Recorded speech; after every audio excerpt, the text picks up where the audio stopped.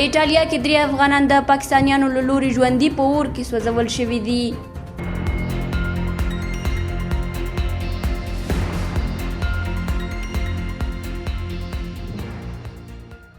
السلام علیکم. نن چهارشنبه د 1415 لمریز کال د جوزا یا غبرګولي میاشتې 14مه چې له 2026 زیږدیز یا میلادي کال د جون میاشتې له 3 نیټې سره برابره ده. په موراړ او یو تازه خبر ته له ایران ټلویزیون څخه ایټالوي چارواکو ویلي چې د ایټالیا په سویل د کوزونزا ولایت اړوند د امندولارا په سیمه کې 3 افغانان او یو پاکستانی وګړی په یو خونړي برید کې د موټر دننه ژوندي سوځول شوي او مړه شوي دي. دا پیښه د دوشنبې په ماښام په یو تیلو پمپ کې رامنځته شوې ده.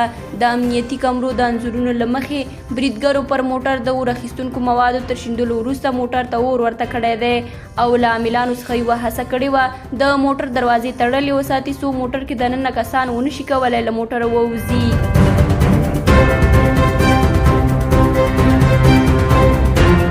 د دې برید په پایله کې 4 کسان د موټر دننه مړه شوي او یو بل کس د سختو سوځېدنو له امله روغتون ته لیږدول شوی دی. د قربانیانو له ډلې د 4 کسانو هویت د افغانانو په توګه تایید شوی دی. له ایټالیا څخه یو پاکستاني وګړي په یو ویډیوي پیغام کې ادعا کړې چې په دې پیښه کې وژل شوي 4 واړه افغانان وو او د علي حسن او بټ په نومونو د 2 پاکستاني وګړو لخوا په ژوندۍ بڼه سوځول شوي دي. د هغه په وینا یو ټپي افغان ځان پولیسو ته رسولی دی.